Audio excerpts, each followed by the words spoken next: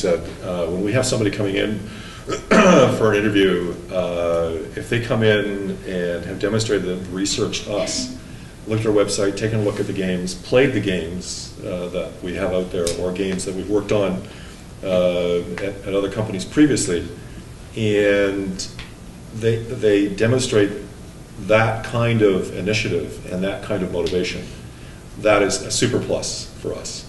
If there's two candidates that both have the same or similar degrees and have similar skills, and one comes in with an email initially and has demonstrated that they've researched us, that person goes to the top of the pile right away because it demonstrates motivation. Motivation will get you through on just about any level. If you can demonstrate motivation and also demonstrate and leverage your skills, it doesn't necessarily have to be your degree. It could be summer jobs that you've had in the past. Any kind of work experience when it comes down to it. If you can leverage that in a way that demonstrates to the focused company that you're wanting to work at that you are going to be a benefit to them in what they do, and can communicate that clearly, then you have an excellent chance of being with that company. But again, I go back to, it's not just a question of, of what you can do to work at that company. You need to also interview that company. And there's all kinds of resources online of questions that you can ask or should ask when you go into an interview. And that's the second most important thing with us, is that they grill us.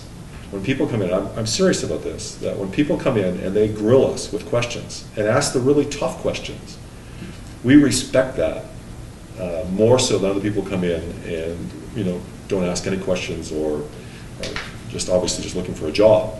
We want people who are motivated to be at Cool House, who are going to be with us for a long time, who are excited about what we do and what we're about.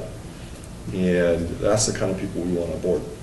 So your chances of finding a position, I think, that shouldn't be the question. It should be the question in your mind is, what company do I really want to work with?